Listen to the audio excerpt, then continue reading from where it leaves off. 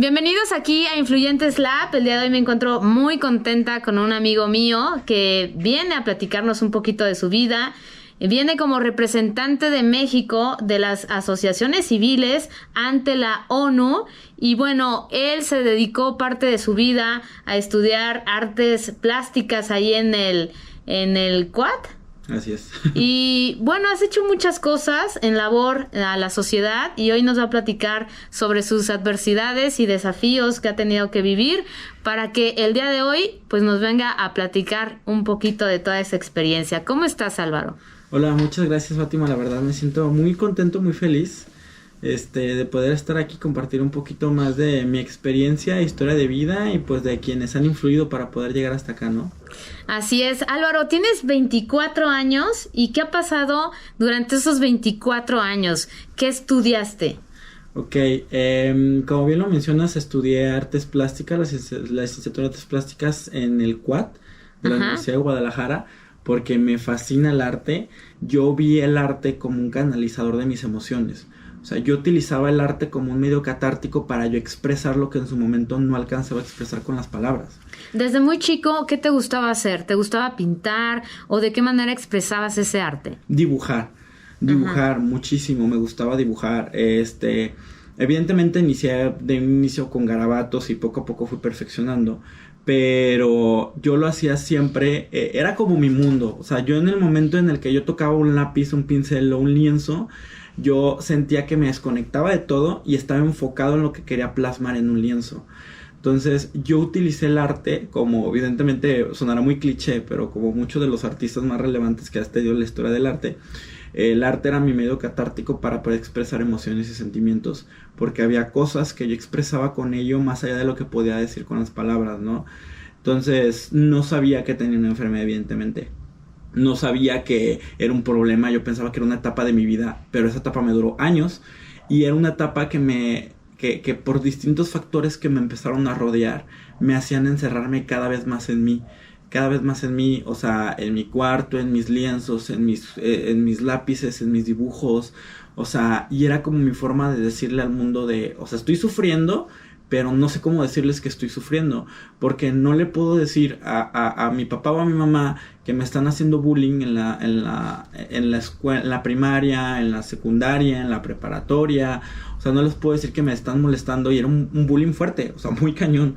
Me tiraban mis útiles, me daban zapes, mis compañeros eran muy despectivos con los pronombres que me llegaban a poner.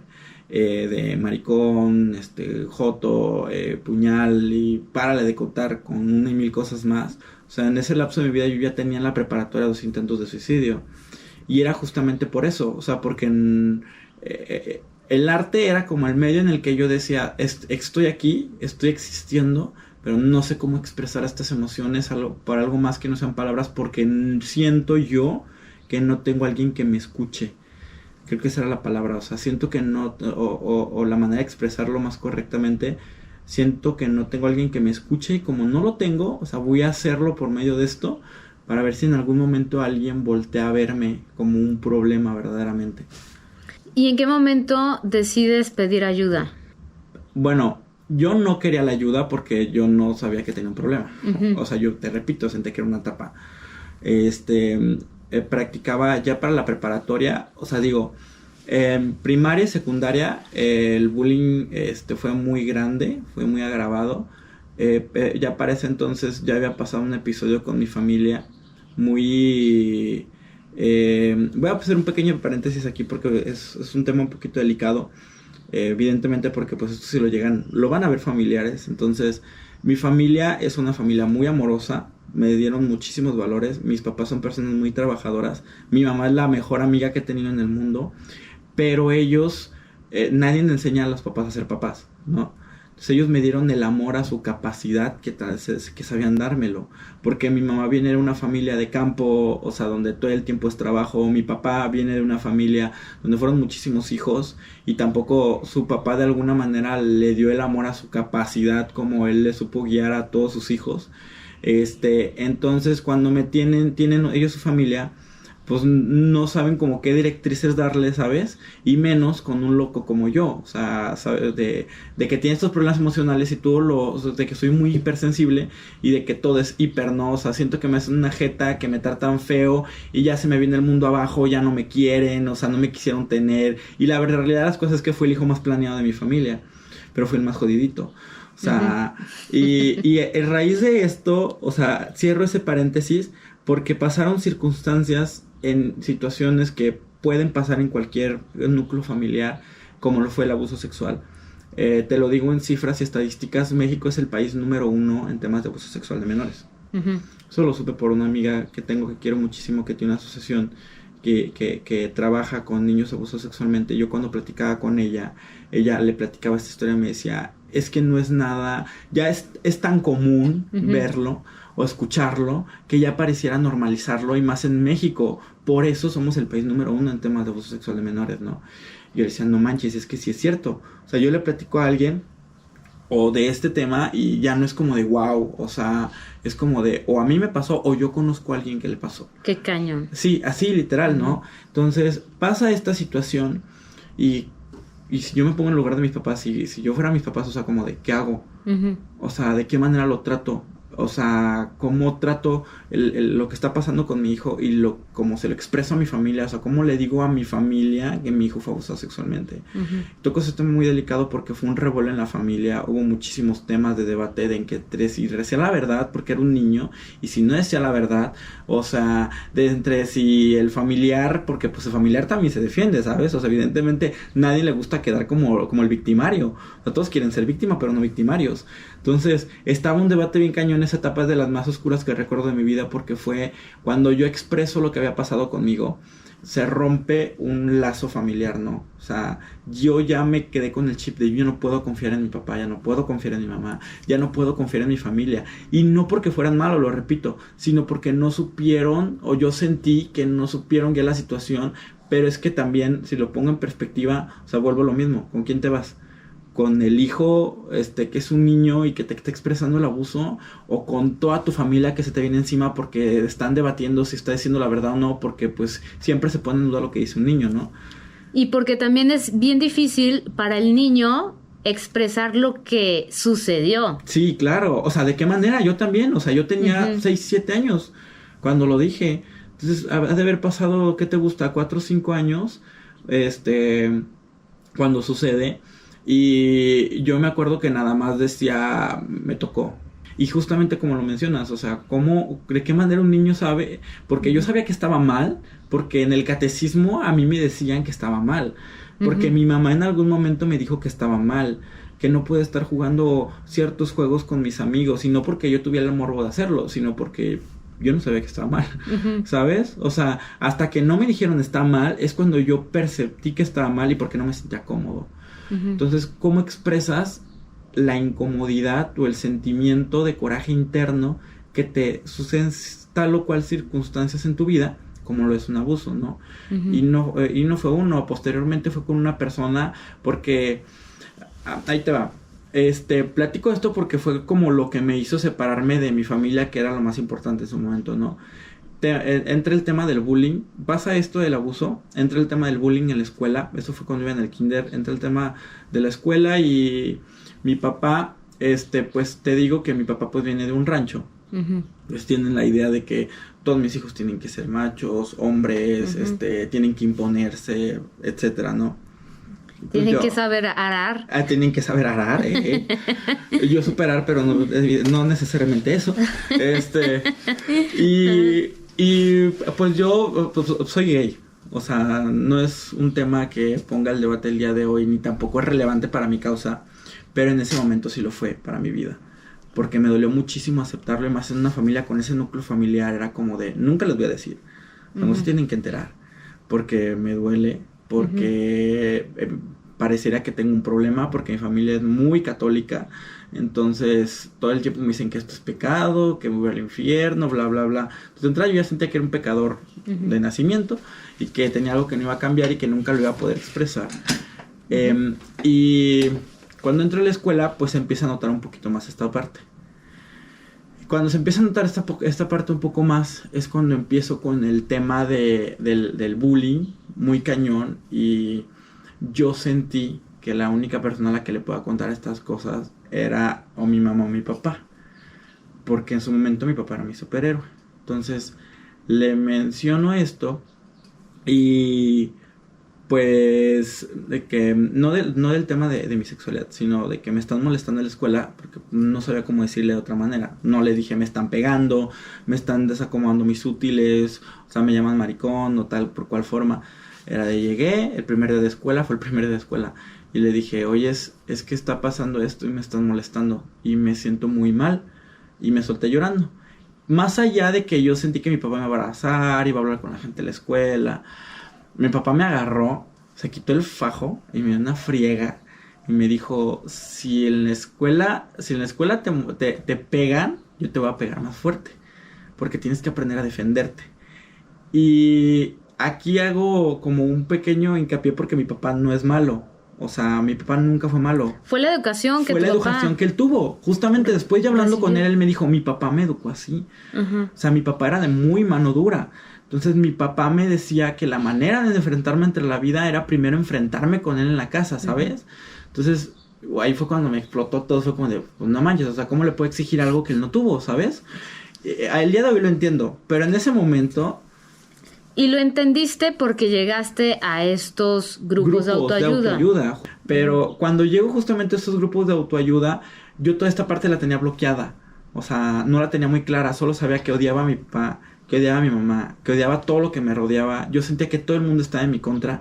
Y en los grupos de autoayuda me enseñaron a empezar a analizarme yo, a trabajar con estas partes y ver las situaciones desde otra perspectiva, donde más allá que pelearme con la situación, poder abrazarla de alguna manera, es decir, sí me pasó, sí sucedió, qué triste, o sea, lloro lo que tengo que llorar, trabajo lo que tengo que trabajar, pero sigo con ello. No puedo vivir toda la vida peleado con mi papá, no puedo vivir toda la vida peleado con mi mamá, ni con mi familia, ni con mis seres queridos, ni conmigo mismo.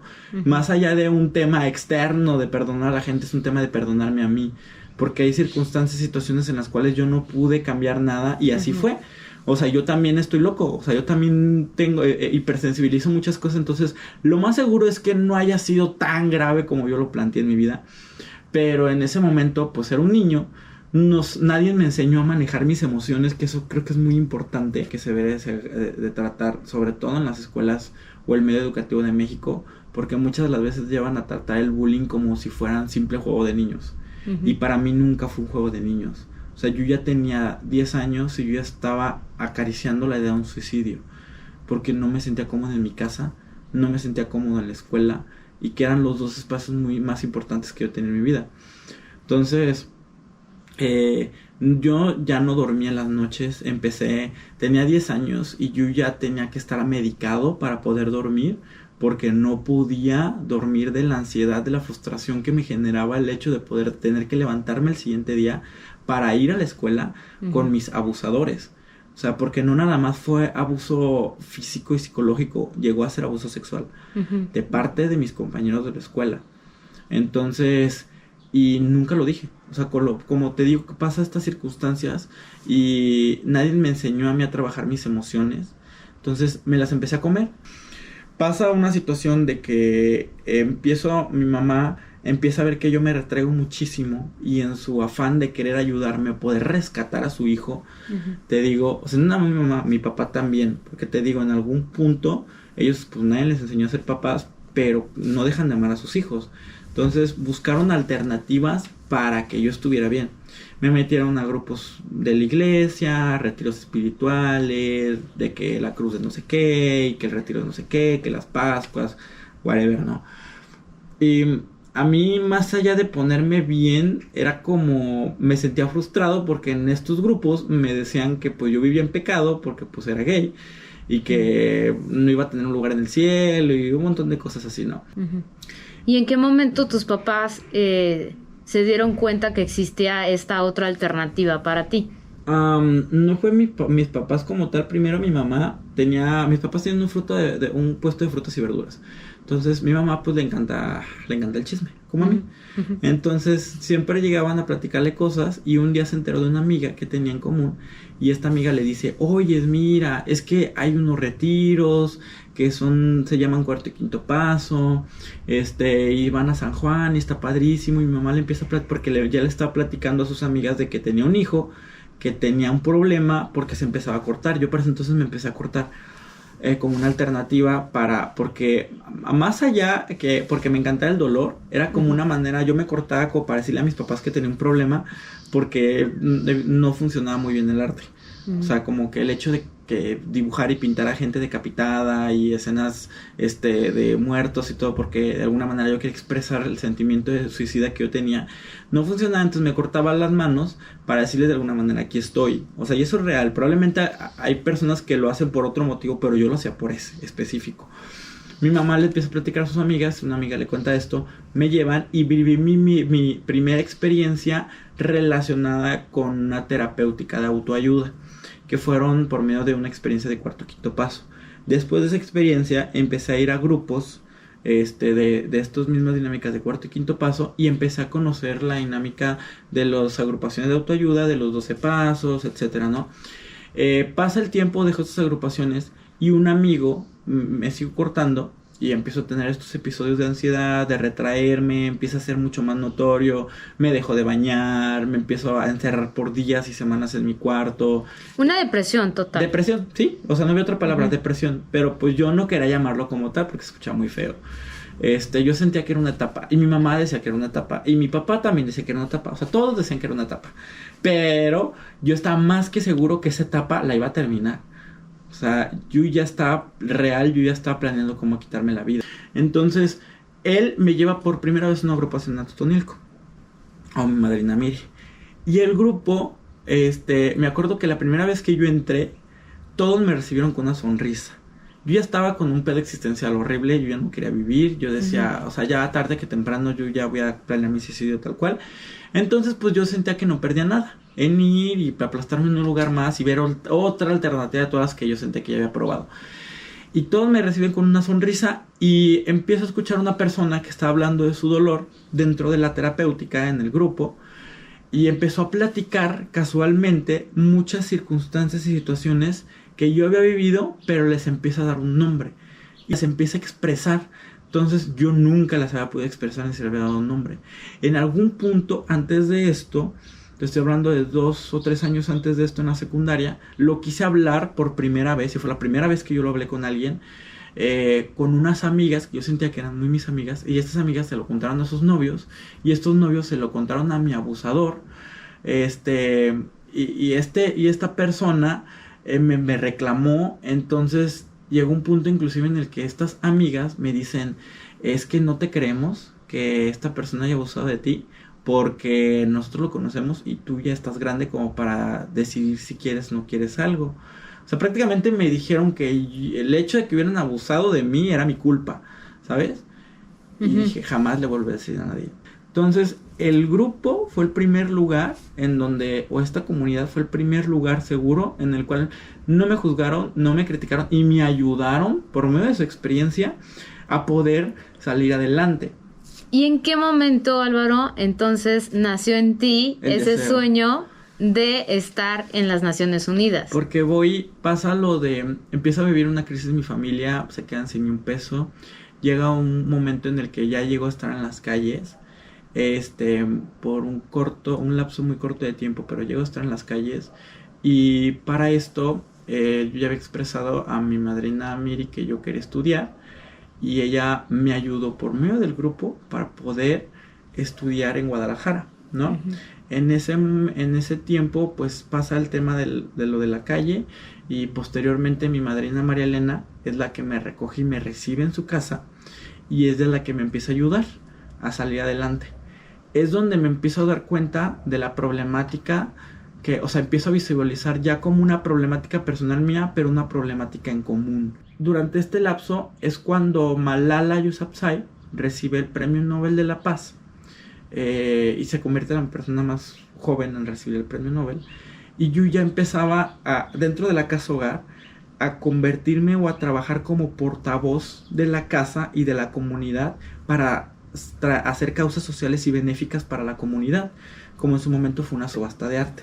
Así es, porque todas estas situaciones que tú viste, donde estamos viendo que había cero tolerancia, te empiezan a sensibilizar y a volverte más empático con grupos vulnerables. Totalmente.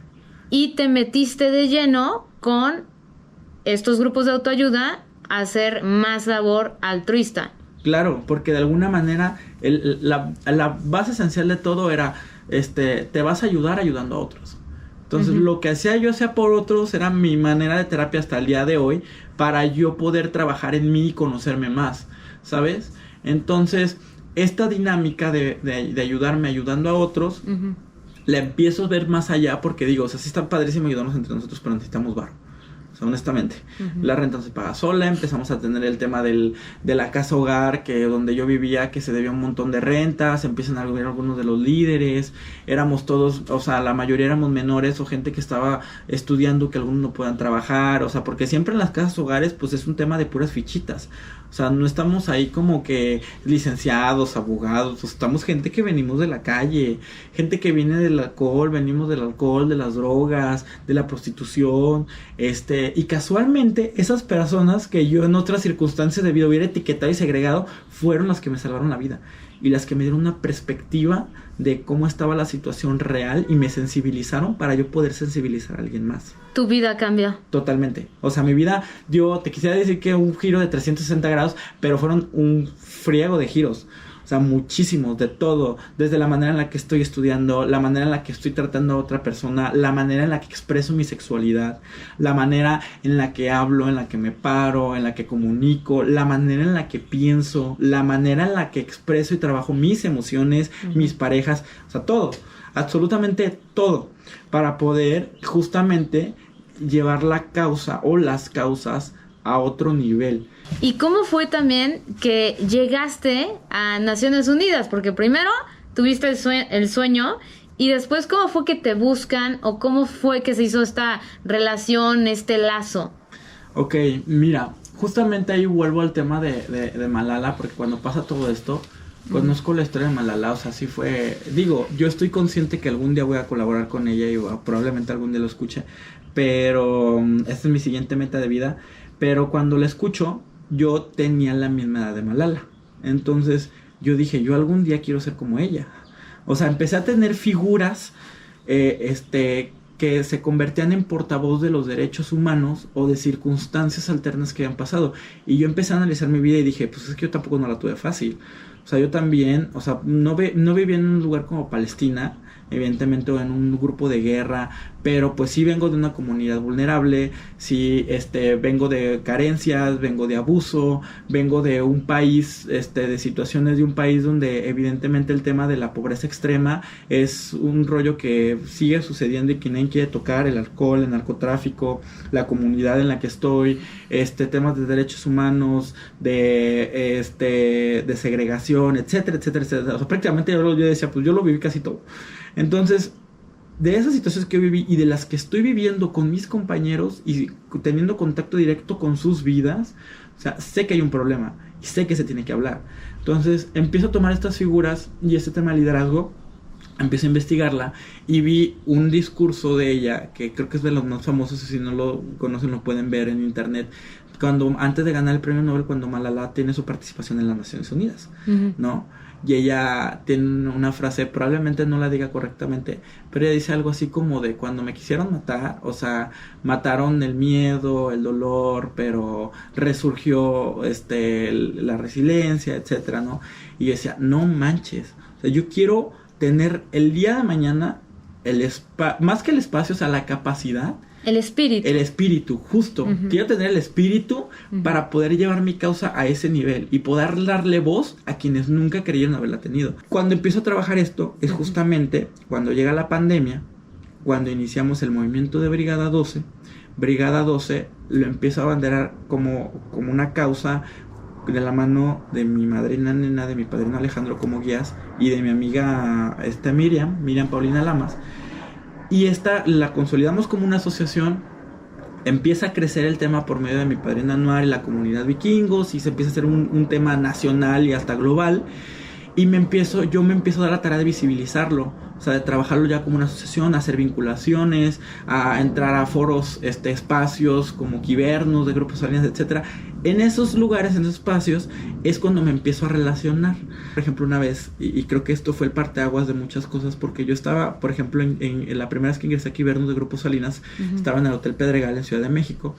Y en el tema de ingreso, pues estaban, o sea, literal había morros que tenían, yo en ese tema tenía 21 años, yo era el más joven, pero tenían 23, 24 años, y ya tenían temas de que habían escrito libros, de que eran consultores del Foro Mundial Económico, de que eran consultores o estaban relacionados con la Cámara de Senadores y la Cámara de Diputados, que ya eran regidores, o sea, madres así, ¿no? Y decía, o sea, güey, ¿tú qué tienes?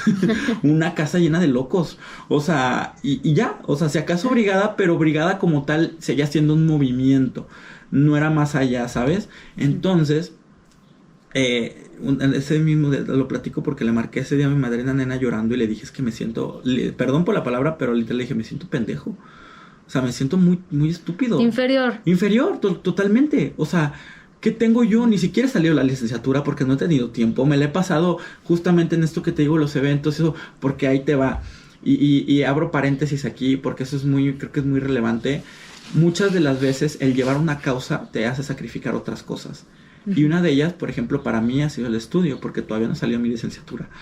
Y espero en algún punto de mi vida salirla. Pero por como era como tema, o voy a este evento, o voy a este lugar, o llevo a cabo este proyecto que va a ayudar a la comunidad y a sacar adelante más cosas, o voy a esta clase, literal.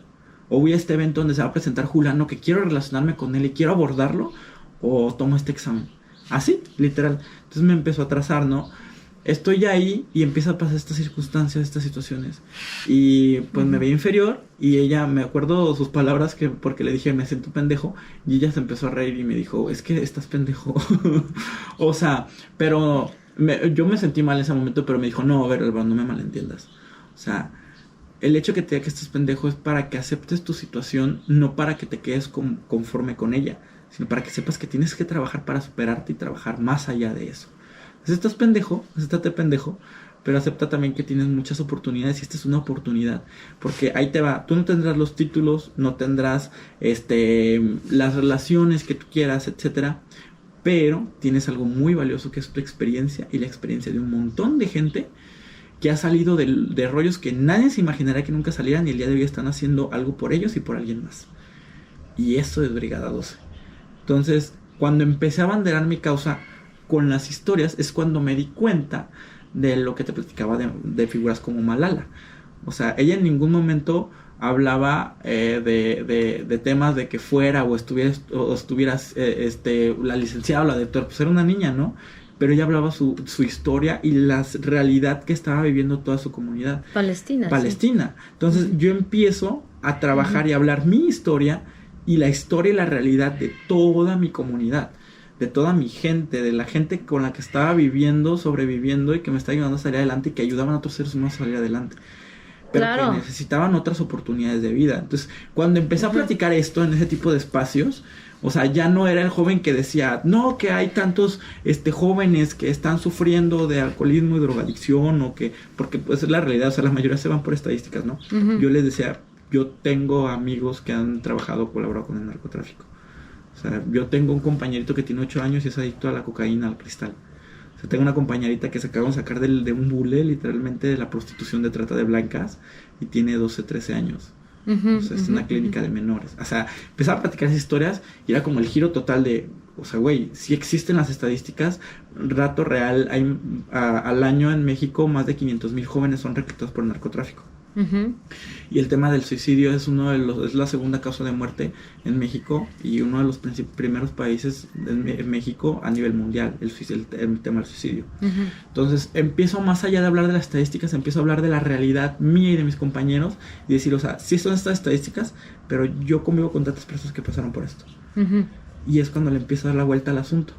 Y lo menciono porque, yendo a tu pregunta, es cuando se empiezan a fijar más focos en mí. y personas que están relacionadas en los espacios a los cuales yo quería llegar. En específico, cuando me nominan para el premio Quíbranos a Liderazgo Social y quedo entre los 20 finalistas, voy a Ciudad de México, uno de los finalistas fue el doctor Giorgio Frangiuti, que el día de hoy lo considero mi amigo del alma y es uno de mis principales guías y apoyos en todo el mundo. El doctor Giorgio Frangiuti es el fundador de Medical Impact, que lleva campañas de salud a las comunidades más damnificadas de todo el mundo, literalmente de todo el mundo. Entonces, cuando yo lo escucho, yo estaba de, no mames, yo quiero ser como tú.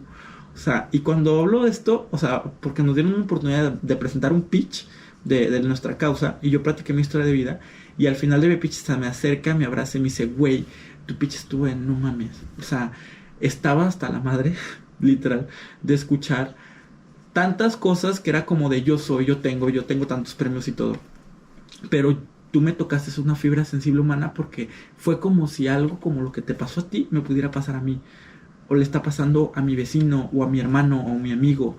Es una realidad que tú supiste comunicar. Y está padrísimo. Y ya me empezó a platicar de él y me dijo, yo hago esto, fundó American Impact, colaboro con las Naciones Unidas. En cuanto me dijo, colaboro con las Naciones Unidas, dije, ya aquí soy. Le empecé a platicar justamente de todo esto, de la comunidad, los sueños que tenía con Brigados, porque en ese entonces Brigados estaba dando sus primeros pasos, como más allá de un movimiento como asociación civil, ya formalizando el tema de la terapéutica y un modelo completo de reinserción social para rescatar a las personas de esas situaciones, más allá que simplemente entregar lonches y cobijas en la calle. Le empiezo a platicar todo esto de los sueños que yo tenía con Brigada 12, y me dice, yo te voy a ayudar, pero primero crécelo un poquito más, o sea, ve trabajándolo y yo te voy guiando. Entonces, para meter solicitudes para apoyos, para premios, eventos, etcétera, él me empezó a guiar de la mano de amigos como el licenciado Ernesto Báez, como otra personal de Quibernos justamente interno, etcétera. Y pasa que hace unos meses atrás viene aquí a México por un foro y lo invité a lo de la Gala de Brigada 12, que fue este evento que hicimos justamente para visibilizar más el tema de la situación de calle y lo que estamos trabajando con Brigada. Y le digo, pues ya como compas, le digo, güey, o sea, es que estoy haciendo esto con Brigada. Y me empieza a dar unos tips, a hablar conmigo, y le digo, me dice, güey, así de huevos, ¿cuál es tu sueño más grande? Dije, mira, hay varios, pero uno de ellos en algún momento quisiera tener la oportunidad de tener foros y espacios como lo son las Naciones Unidas para poder visibilizar este problema. Porque ahí te va. Empezamos a vivir circunstancias con el tema de Brigada, porque ya te mencioné muchos temas de los que tratamos, pero son temas muy sensibles. Y son temas que muchas veces los dirigentes, para no mencionar nombres específicos, quieren dar a conocer. Si tú le inviertes a alguien de la calle, o sea, puede que no salga de la calle. O sea, es una moneda al azar, ¿no? Y nosotros nos preocupa y nos ocupa porque es el tema de estamos salvando nuestra vida, ¿no? Por todo esto que te estoy mencionando. Pero muchas de las veces fuera de esto, del tema interno de Brigada, pues no. O sea, sigue siendo un tema político. Más que lo de la calle, el tema que conlleva las calles, que es el alcoholismo, la drogadicción, el tema de las pandillas, el narcotráfico, reclusión de menores, el tema de la movilidad de seres humanos que son los migrantes, etcétera, etcétera, etcétera, ¿no? Entonces, todas estas situaciones al momento llegan a ser como ajenas a la comunidad, pero tarde que temprano te llegan a pegar, ya sea a ti, a tu familia o a quien sea, ¿no? Es como este efecto boomerang de que tarde o temprano te va a pegar lo que esté pasando allá afuera, quieras o no ocuparte de ello. Pero como lo ven tan lejano, como no es una cosa que pasa insofacto, o sea, es como de, no me interesa, voy a preocuparme en lo que ahorita está aquí. Ha habido muy pocos que sí se han preocupado, pero bueno, hago este pequeño paréntesis porque justamente empiezo a hablar esos temas con él porque me dijo, ¿por qué? O sea, ¿para qué? ¿No? Y yo le dije, es que está pasando esto. O sea, tenemos estos problemas con las calles. Ya hemos tenido estas situaciones de enfrentarnos entre distintos autoridades, dirigentes, que el tema del maltrato a la gente en situación de calle, el tema de la falta de oportunidades, el tema del maltrato en espacios que se supone que deberían de ser para atender ese tipo de circunstancias, bla, bla, bla, y deja de contar, ¿no? Y le digo, y yo quiero dejar de estar, porque siento que estoy gritando en las calles, porque eso estamos haciendo todavía el día de hoy. Siento que estoy gritando en las calles, pero estoy gritando al viento. Y toda la comunidad también. Y hay veces que la misma gente que nosotros le decimos las cosas, o sea, es como, sí, te ayudo. Sí, te apoyo, ven mañana. O pasa, háblale a Julano, háblale a Sutano. Y no nos oyen. Y yo sé que es algo con lo que tú te has enfrentado con Medical Impact. Y yo quiero empezar a visibilizar estos espacios internacionales. Y se lo dije tal cual. Porque si no me escuchan en mi país, me tienen que escuchar en una parte del mundo. Pero yo sé que en algún lugar me van a oír. Entonces cuando le dije eso fue como de... ¿Y qué se te ocurre? ¿Qué quieres? Así me lo dijo. ¿Qué quieres, güey? O sea, al chile, ¿qué quieres? Dije, quiero a la ONU. Ok. Y me dijo, güey, ¿por qué no me lo pediste hace mucho? O sea, dije, ¿cómo? Sí, me dijo, o sea, el tema de las Naciones Unidas, me dijo, evidentemente sí es un tema que no cualquiera entra, o sea, porque son eventos muy importantes, son con todos los dirigentes mundiales, tocan temas en específicos, no es como que vayas a hablar allá de lo que se te pegue o se te hinche, o sea, hay temas específicos que se tratan y es para una equidad internacional de temas que están agravando en distintas partes del mundo. Pero estos espacios normalmente se le brindan a gente que sí está haciendo algo y que sí tiene un impacto real, y creo que Brigados es uno de ellos. Entonces me enseña y me guía para hacer todo este proceso, para poder aplicar, para poder tener un permiso por parte de las Naciones Unidas, una invitación y un espacio dentro de la ONU en las eventos se llaman las reuniones de primer nivel. Hago todo el proceso y él me dice, no te aseguro nada. Porque así como aplicas tú, aplican otros 190 países que son miembros de las Naciones Unidas y aplican miles de aplicaciones de todo el mundo. Pero sacan la lista, quedó, o sea, porque fue él también él, o sea, me acuerdo ese día, no se me olvidaba, me marca Giorgio y me dice, sé que cuando me marques porque algo es importante. O me tiene que dar una buena noticia o me tiene que regañar por algo. Entonces me marca y me dice, güey, no mames, así tal cual, güey, no mames. Quedamos en la ONU, güey, nos vamos a la ONU, porque la ONU saca un listado de las asociaciones que previamente están como validadas, o sea, como que pasó todo el registro para ser validadas en las reuniones. Dice, güey, quedamos en la ONU, y dije, no manches, neta, me manda la publicación oficial de Naciones Unidas, donde sale el nombre y dice ahí, Brigada 12, y después el Medical Impact. Son las dos únicas organizaciones que fueron seleccionadas, ¿no? Y ya pasa el proceso, da el secretario general de Naciones Unidas, que es como el presidente de la ONU, por así decirlo, el alto mandatario de las Naciones Unidas, tiene la reunión donde aprueba todas las solicitudes que quedaron previamente seleccionadas, y ya no hago todo el proceso para ir. Aquí me gustaría hacer un paréntesis justamente porque cuando me dicen que queda para ir a la ONU, sí estaba padrísimo, no mames, qué chido, me voy a ir a la ONU, Dios mío, este es el sueño cumplido de mi vida. Pero, güey, ¿cómo me voy a ir? O sea, a uno no te pagan ni un cacahuate. O sea, no es como que te digan, ay, vas a venir padrísimo, ya te tenemos hotel, vuelo. Nada. No, para nada. No, o sea, pues ya está tu lugar y pues es tu lugar. Es un lugar que haces, ¿sabes cuántos? Y si no aprovechas tu lugar, no es tampoco como que lo pasen a nadie más, porque tienen lugares reservados, o sea, contados. Entonces, me dijo Giorgio justamente porque cuando estábamos allá fue como de, güey, o sea, date cuenta que somos muy privilegiados porque en las salas, haz de cuenta que están las salas de la ONU con el letrerito y todo del país que viene, pero esos espacios ya están reservados para los presidentes o cancilleres o mandatarios de los estados miembros. O sea, son espacios que ya tienen reservados las Naciones Unidas, ¿no? O sea, entonces los lugares que da externos para asociaciones civiles se supone que son la gente o las asociaciones que la ONU considera como relevantes para tocar temas específicos en esas reuniones. Y pues en este caso para representar las asociaciones, ¿no? Pues en general del país o del mundo, de los estados miembros. Entonces me dice, eres muy afortunado. Pero yo estaba como de, güey, sí soy muy afortunado, pero ¿dónde coño saco varo? O sea, ¿quién me lo va a pagar? Entonces ahí me enfrenté con el primer problema. Y fue justo cuando alguien me apoyó económicamente.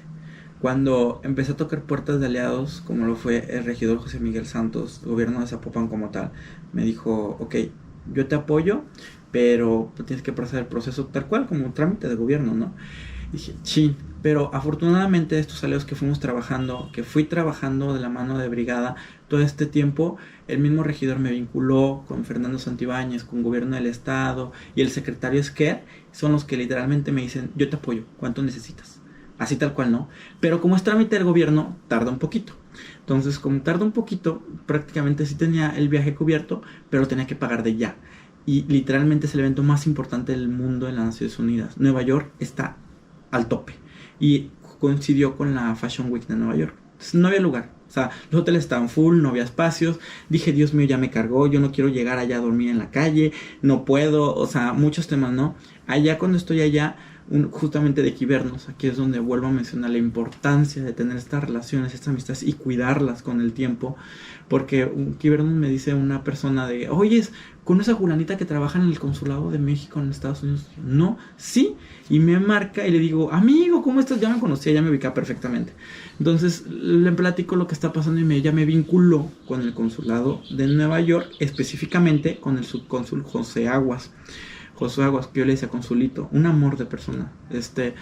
Consulito lo que hace es me marca sin conocerme, sin saber quién soy. Me dice, vente acá, yo acá te recibo en mi departamento, acá vas a tener un lugar donde dormir y vemos cómo nos arreglamos, pero sin apoyo no te quedas. Cuando le pregunté el por qué, él me dijo, es que a mí me molesta muchísimo que haya tanto talento mexicano y tantas causas nobles y leables que puedan ser escuchados en estos espacios tan importantes a nivel mundial, y que se les cierran las puertas como si estuvieran pidiendo limosna. Eso no es justo. Entonces, ahí donde me di cuenta la perspectiva externa que tienen mexicanos que han salido de aquí, porque el otro día escuchaba una frase muy cierta que decía, es que todos nos sacamos el pecho por los mexicanos que que están triunfando en el extranjero, pero ¿quién les pregunta por qué se fueron? Cuando les preguntas por qué se fueron, yo me fui porque aquí no me escuchaban, porque estaba harto, ¿sabes? Estaba muy cansado. Y cuando le dije eso a él, dijo, yo te voy a dar la oportunidad. Y evidentemente hubo medios y sí políticos, más que políticos, servidores públicos, que sí me tendieron la mano, que sí dijeron, yo quiero que estés ahí, yo quiero que te escuches, pero hubo muchos otros que no. Te estoy hablando de 2, de 50, 60, 70 a los que les toqué la puerta. Increíble, Álvaro. Esos son ganas de querer impulsar tu movimiento y es una convicción enorme que el día de hoy tienes por este propósito. Sí, y hubieron más personas como el licenciado Ernesto Báez, como el empresario Mauricio Gardea, que también me dio una cantidad, fue como de para que sigas echándole ganas y sigas haciendo lo que haces tú y la gente, ¿no? Y ya tocando el punto específico de Naciones Unidas, cuando estoy allá, sí llegó un momento en el que me daba mucho miedo y mucho terror, porque pues no dejo de ser, como dicen, o sea, yo primero me mentalizaba, pues yo vengo de Totonilco, o sea, vengo de un rancho, vengo de no tener nada, de tener un camión, de dormir en la casa hogar en el suelo, de llegar a conocer las chinches, o sea, no, o sea, muchas cosas, ¿no? Y yo decía, ¿cómo le voy a hacer verdaderamente para posicionarme? Porque te sientes, aquí ya no es que te sientes chiquito, es como te minimizas y dices, qué miedo, qué terror estar en un foro así y no voy a estar tratando ni con el político que se siente el dueño del país, ni con Julano Sotano que por tener tal o cual cosa ya se sienten inalcanzables, o sea, voy a estar tratando con los líderes mundiales o los dirigentes más importantes del mundo, y real así fue.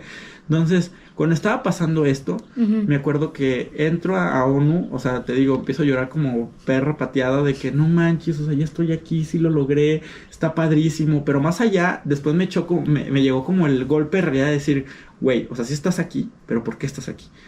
O sea, no estás aquí para tomarte fotos y simplemente para decir que vienes a representar a México, viniste aquí a trabajar. O sea, y a chingarle. Eran reuniones de 8 de la mañana a 6, 7 de la noche. Wow. Todo el día. Y tenía prohibidísimo salir. O sea, Giorgio me lo decía, el doctor Giorgio, porque te digo que él me estuvo guiando y me sigue guiando hasta el día de hoy. Me decía, por nada salgas, güey, porque si sales, o sea, tu permiso, tu pase, tiene un horario específico y también tiene ciertas salas a las cuales puedes ingresar. Entonces, cuando estaba allá me decía, se puede convertir en un tema de que estés entrando y saliendo y también te vas a perder, porque son reuniones seguidas, o sea, simultáneas. Te vas a perder de temas relevantes que te interesan y deberían interesarte con tu causa y con lo que estás trabajando. También de lo que toquen otros líderes mundiales y para tener una perspectiva global de la problemática de lo que se está viviendo también en otros países. Y también para relacionarte. El tema con la ONU son relaciones.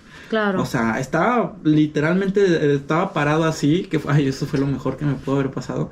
Estábamos caminando yo y Giorgio por el pasillo de las salas presidenciales y en eso, cuando pasaba alguien con un anillo de seguridad, sabías que era un alto dirigente de Naciones Unidas o un presidente, literal.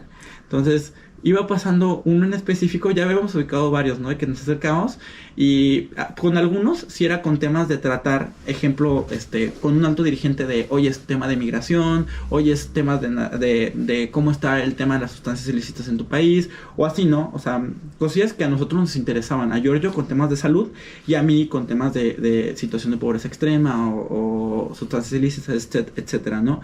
Y te digo, pasa uno en específico, íbamos ya saliendo él y yo porque dijimos, no, vamos a tomarnos un café. Y en eso pasa uno y me dice, yo digo, ¿quién es? Y yo, no manches, ¿es el de Canadá? Justin Trudeau. No. O sea, yo estaba literal, o sea, así como te lo estoy platicando, así fue mi reacción de, no manches, ¿es el de Canadá? O sea, en la ONU, eso, güey, parecíamos niñas colegialas, o sea, persiguiendo un rockstar. O sea, literal atrás de él, persiguiéndolo, se sienta, tuvo como una entrevista para un medio de comunicación. No recuerdo si era CNN, BBC, no sé. Pero un medio de comunicación se sienta y nos sentamos con él. O sea, y en ese rato que nos sentamos con él, estamos escuchando lo que estaba hablando. Y el hecho de yo que se levantara y yo poder tener 2-3 minutos con él y platicarle, o sea, yo soy de brigados, estoy trabajando estos temas, bla, bla, bla, bla, y Giorgio también. O sea, poder tener una interacción literalmente con una de las personas más influyentes del mundo fue como de, no manches. O sea, no manches. Y la foto, claro, o sea, no. Es muy guapo en persona. Sí, totalmente. Y trae unos calcetines de la noche estrellada de no manches. O sea, súper agradable. Pero más allá de eso, tuve una experiencia muy cañona que creo que fue la que me dio el giro de toda mi perspectiva dentro de las Naciones Unidas. Que tuve 2 minutos de mi vida para poder platicar directamente con el secretario de Naciones Unidas. Que fue Antonio Guterres, que es el alto mandatario de la ONU, ¿sabes? Como el presidente de la ONU, ¿no? Pero es el secretario general de Naciones Unidas. Entonces, todo el tiempo él nada más tenía ciertas participaciones, terminaba su participación, se bajaba su anillo de seguridad y se iba a otra sala.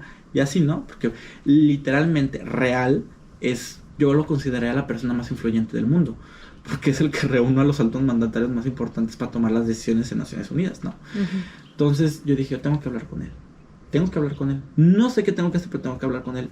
Un momento, hora específica, lugar adecuado.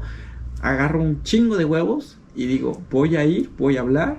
Cuando se baja de su participación en una de las salas, voy en friega y le digo, literal, o sea, soy de Brigada 12, es una asociación que estamos apoyando a personas en situación de calle. Porque tal cual para esto tenía que preparar mi pitch, ¿sabes? O sea, porque son personas que tienes 2 minutos de su vida, 1 minuto, si acaso 2 ya es un friego. Y así como te tienen que escuchar, así tienen que escuchar a presidentes, otras personas del mundo, ¿no? Entonces dije, aquí está, soy de Brigada 12, asociación civil que se dedica a esto, estoy trabajando estos temas, pero fue muy claro y directo con él. O sea, en México tenemos este problema. O sea, situación pobreza extrema, narcotráfico, trata de blancas. Quiero que alguien me escuche. ¿Y qué te dijo? Volteó, o sea, eso no se me va a olvidar porque fue en cuanto me la arrimé, le dije este pitch, o sea, de segundos. Voltea, me ve, me dice, ¿me repite su nombre? Yo, Álvaro, Brigada 12, la tarjeta. Ok, ¿qué está pasando? Esto. Dirígete con ella, habla y ven quién más te podemos seguir apoyando. Tal cual. En eso pues llega todo sonido de seguridad y ya porque en cuanto me vieron que me estoy hablando, que me acerco yo, pues ya te imaginarás, ¿no? Cancilleres, presidentes de señor Antonio Gutiérrez, y ya, ¿no? Fue como de voy, hablo con esa persona, intercambiamos contactos y me dice, pues hay que ver en qué más podemos seguir sumando a la causa, ¿no? Y más allá de eso, o sea, cuando salgo fue como de te platico esta experiencia específicamente con él porque creo que es la persona con la más importante con la que he podido hablar y puedo compartir mi causa y expresar tal cual el sentimiento de dolor y de impotencia de las situaciones que muchas veces vivimos en México y que a veces dirigentes internos de México no quieren escuchar, y hablarla con una persona como él y que sí le importará porque sí se interesó. O sea, me hizo mucho ruido porque hay muchas personas que son dirigentes del país que, así como a mí, a muchísimos líderes sociales más no quieren escuchar, ¿no? O los ven irrelevantes. Que alguien como él me pudiera tomar el espacio para así verme, fue como de, no manches, ¿no? Entonces, después de eso, te digo que mi perspectiva cambió, porque fue como de, en mi mente interno dije, nunca más me voy a volver a quedar callado. Nunca más voy a volver a tener miedo de hablar mi causa, de dirigirme con alguien de mi causa y de poder buscar lo que quiero buscar para beneficiar a otro ser humano. Porque creo que mi causa y las historias de vida que van más allá de mis miedos, de mi temor, o sea, de mis limitaciones personales como ser humano y como joven, o sea, de todo. O sea, tu propósito es más grande. Justo, creo que esa es la palabra. Mi propósito es más grande que mis miedos. O sea, mi propósito es más grande que mi miedo a fracasar. No hubiera pasado nada, güey. Lo mejor que hubiera pasado es que no me hubiera hecho caso ya, pero lo hice, ¿no? Pero sí me hizo caso. Entonces aquí es cuando entra el dilema de ¿qué pasaría si lo hago? ¿Qué pasaría si lo hago y vale, pues ya valió, ¿no? O sea, lo haces y ya valió. Pero si lo hago y pega, Ajá. ¿qué puede pasar? Álvaro, increíble, o sea, se me ponen los pelitos de punta, la piel de gallina cuando te estoy escuchando. Y ya para cerrar nuestra conversación, estaría buenísimo que le dieras un consejo a aquellas personas que hoy se encuentran en ese dilema: ¿seré bueno para esto o no seré bueno para nada? ¿O qué es lo que tengo que hacer con mi vida? Busca tu propósito. O sea, tu propósito de vida. En algún momento alguien me lo mencionaba y decía, el día que encuentres algo por lo cual estás dispuesto a desvelarte, sacrificar familia, dinero, que no te pese un peso, que digas todo lo que voy a ganar va a ser para esto, tiempo, que inviertas todas tus fuerzas, tus emociones, tus sueños en ese propósito, ese día vas a encontrar tu significado de vida. Porque creo que yo lo encontré. O sea, creo que el mío hasta el día de hoy es brigada y las historias de mis compañeros. Y lo encontré y yo sé que es mi propósito porque volvemos a lo mismo. Creo que mi propósito va más allá que mis miedos. Ser voz de quienes no tienen voz. Exactamente. Ser la voz de quien no quiere, de quien no tiene voz. Pues creo que de la calle a la ONU ya veremos qué es lo que sigue. Increíble, Álvaro, por darte este espacio aquí en Influyentes Lab. Y no se pierdan los siguientes episodios donde vamos a tener más historias impactantes, llenas de reflexión y sobre todo que nos sigan inspirando. Gracias, Álvaro. Muchas gracias por la invitación. Ahí estamos.